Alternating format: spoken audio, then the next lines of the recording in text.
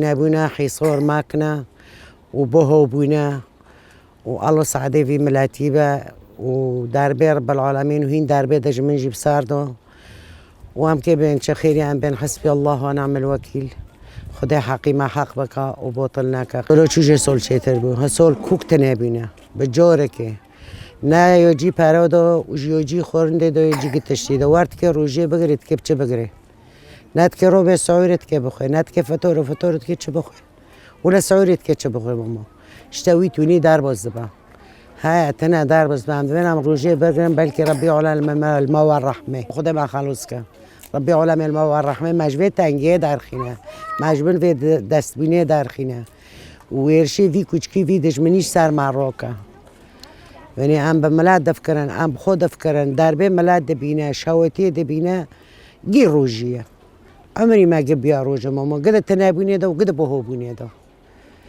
ها نوكو ابسط شيء شخص ثاني هذا الشيء كي بكا كومك فرادك على فدا ايوا كم جنبي فيرو تناجيشتا اي دريم كي تشيكا وبخور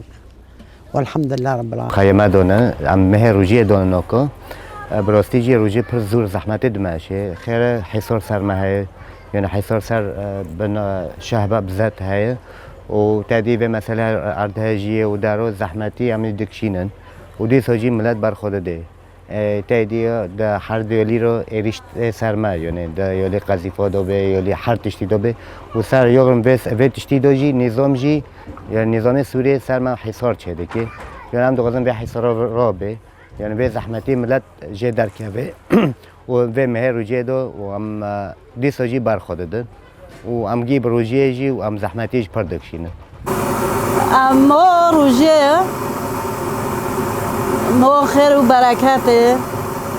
اماش بر دهه یعنی اوما و توراسیه ام بر دا روزیه دگره و سر دینی اسلامتیه اگر که ام بون دکن دینی اسلامتیه و ام روزیه دگرن و ام روزیه را خورنه چه دکن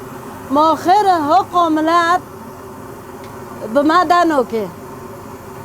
حالی ما بن چادر را نبینن ابن بن چادر را دو امروزی دگرن ام بون خدای خود کن